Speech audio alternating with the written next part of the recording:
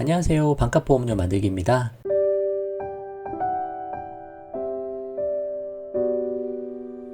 오늘은 질병후유장애 특약이 좋다 말하는 이유 두 번째 영상을 준비해 봤습니다. 오늘 다룰 내용은 지난 시간에 이어서 보험료 수준을 한번 먼저 비교를 해보고, 그리고 가성비 유무 얼마나 괜찮은가, 그리고 활용 방법, 특별히 뇌졸중 관련해서도 활용해 볼 수 있는 방법이 있는 것 같아서 그 부분 좀 집중해서 한번 설명을 해보려고 합니다. 갈 길이 많이 남아서 빨리 시작해 보도록 할게요.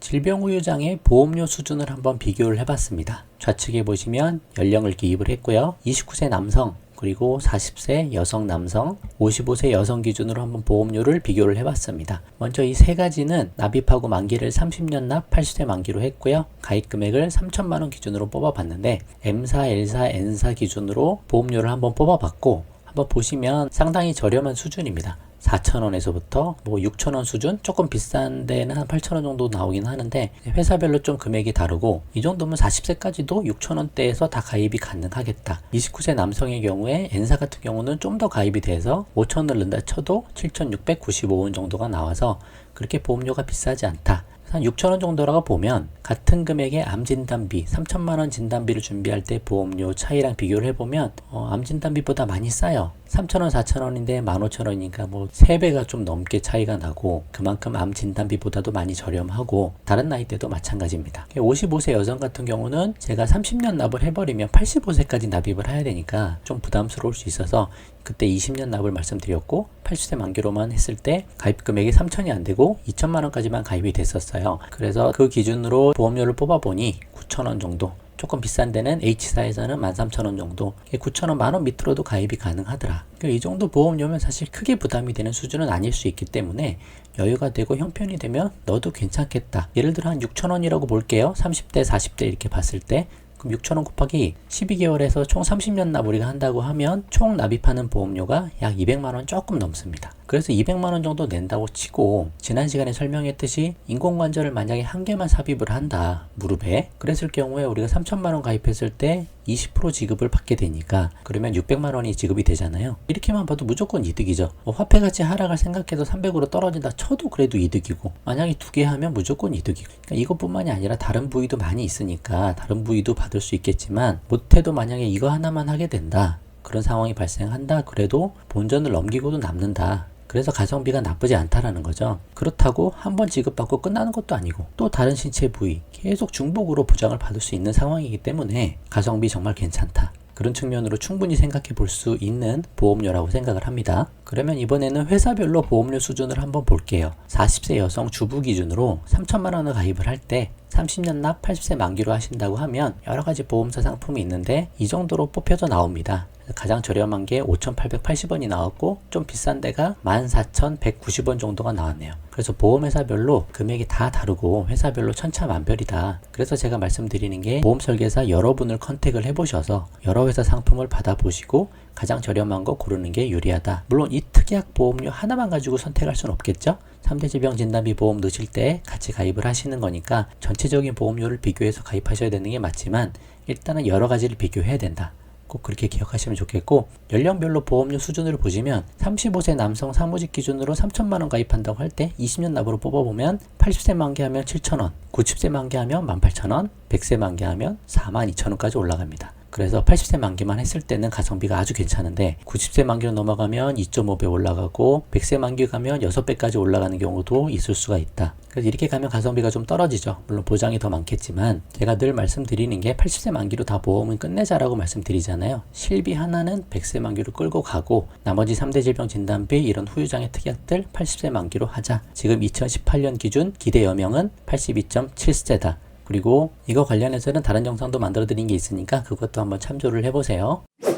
질병후유장애 활용법이라고 해서 특별히 뇌졸중으로 인한 후유장애 쪽을 한번 보려고 해요. 다른 부분은 지난 시간에 좀 다뤄드렸고, 뇌졸중의 후유장애가 어떤 게 주로 나오나 TV 닥터 방송 중에 나온 의사분의 설명 자료를 한번 이렇게 써봤는데, 뇌졸중이 발생하면 장애가 발생하는데, 발생 빈도를 따져봤을 때 편측 사지의 마비, 감각 이상이 가장 크다. 한 90% 정도 발생한다. 그래서 편마비가 1등이라는 거죠. 그 외에도 뭐 대소변 장애, 언어 장애도 있고 여러 가지 장애들이 많이 생길 수 있습니다. 그래서 뇌경색이나 뇌출혈이나 뇌졸중으로 인해서 한쪽 팔다리 쪽 마비가 생길 수 있고 다른 부분도 마비가 생길 수 있기 때문에 그런 쪽으로 인한 후유장애 보험금을 우리가 지급받을 수 있지 않을까라는 부분에서 한번 생각을 해보는 거예요. 약관에 좀 보면 뇌졸중으로 인한 후유장애는 두 가지 방법으로 판정 기준을 사용을 하고 있습니다. 첫 번째는 신경계에 장애를 남긴 때라 함은 뇌척수 및 말초신경계 손상으로 일상생활 기본 동작 제한 장애표 ADLS라는 장애평가표에 의해서 평가를 진행할 수 있고, 그 밑에 또 보시면 신경계 장애로 발생하는 다른 신체 부위의 장애는 그러니까 눈, 귀, 코, 팔, 다리 뭐 다 있을 수 있겠죠. 그 부분은 해당 장애로도 평가하고, 그러니까 이 부위에 발생한 장애로도 평가하고 그중 높은 지급률을 적용한다. 그래서 ADLS 통해서도 평가를 할 수 있고 각 신체 부위에 발생하는 해당 장애 지급률로도 평가를 할 수 있다. 우리는 우리가 유리한 걸로 할 수 있다.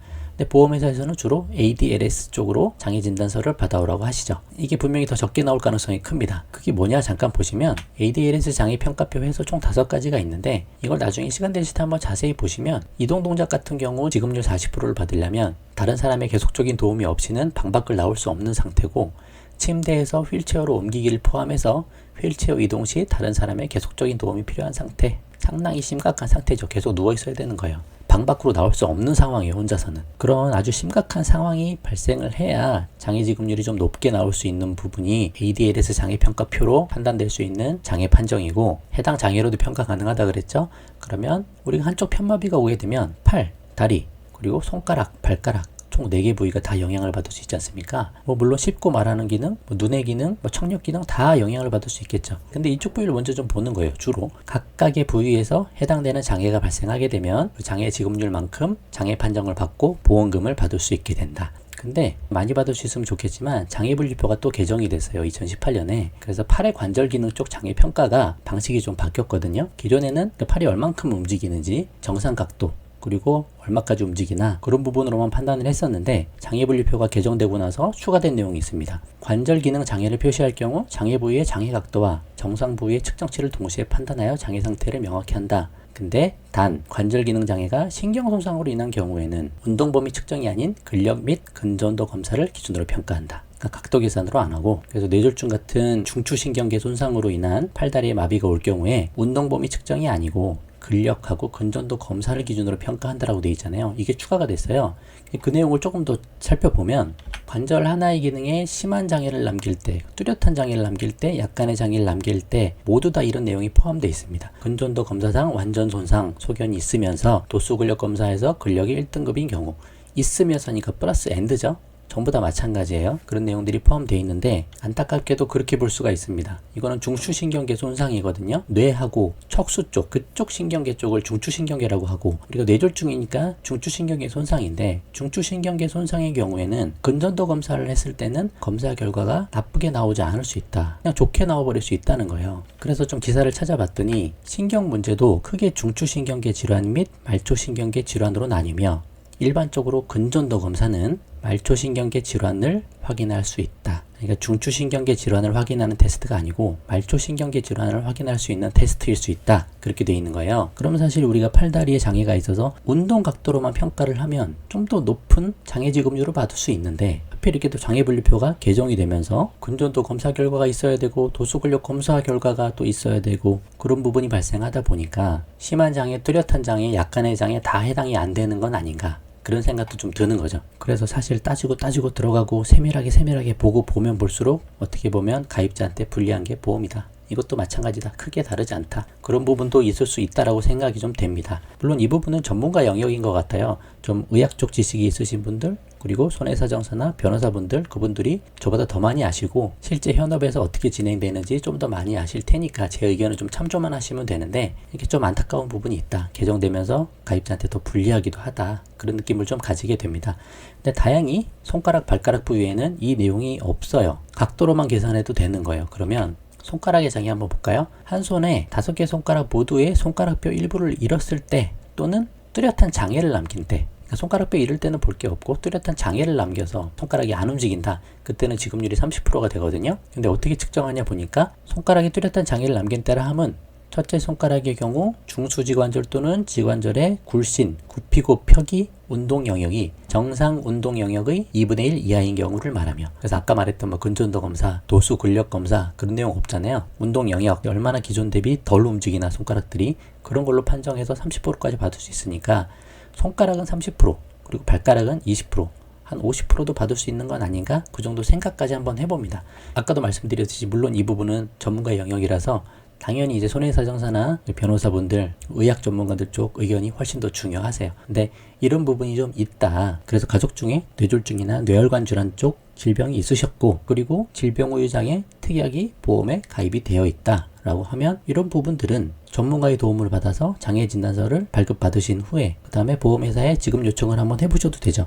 아예 전문가에게 아예 의뢰를 하셔도 되고, 그것뿐만 아니라 약관상 여러 가지 많은 내용들이 있으니까 장애를 입으신 분은 이런 부분들 내가 좀 혜택을 받을 만한 부분이 없을까? 라고 한 번씩 보셔도 괜찮을 것 같다 라는 생각이 좀 드는 거예요. 다소 좀 복잡한 부분일 수도 있는데, 이렇게 조금이라도 더 공부해서 우리가 받을 수 있는 부분을 최대한 많이 받아보셨으면 좋겠다는 생각을 좀 해보게 됩니다. 꼭 참고해 보셨으면 좋겠어요. 자, 그럼 결론은 질병후유장애 특약이 지급을 너무 안 한다, 지급받기 너무 어렵다라고 하는 이유 중에 하나가 그런 걸 수가 있어요. 사실은 영구적 후유장애가 아닌 상황일 수도 있는 거예요. 그런 상황에서 어떻게든 받아보려고 마음을 먹고 있어서 그것 때문에 지급을 못 받는 건 아닌가, 그런 생각도 한 번은 좀 해보고요. 진짜로 영구적 후유장애가 발생했으면 그거는 당연히 우리 권리를 좀 누려야 되는 부분이죠. 그리고 단점보다는 장점이 많은 특약이기 때문에, 또 가성비가 괜찮기 때문에 가입하는 것도 괜찮겠다. 그리고 나중에 필요시 전문가의 도움을 반드시 받아서 이 부분은 해결을 하자. 먼저 상담을 해보시는 거예요. 그래서 내가 내야 되는 수입료가 어떤지, 그리고 내가 받을 수 있는 금액이 어느 정도 되는지 수익성을 판단을 한번 반드시 해보시고, 하는 게 나한테 유익이 되겠다 싶으면 진행을 하시면 되시는 겁니다. 그렇게 전문가의 도움을 받으시면 되겠고요. 형편이 되는 선에서 가입해도 무방하다, 반드시 가입해야 되는 건 아니다 라고 말씀을 여러 번 드렸죠. 꼭 참고를 한번 해보시면 좋겠습니다. 오늘 영상은 여기까지만 하고요. 도움되셨으면 구독과 좋아요 부탁드리고 공유도 부탁드립니다. 감사합니다. 마칠게요.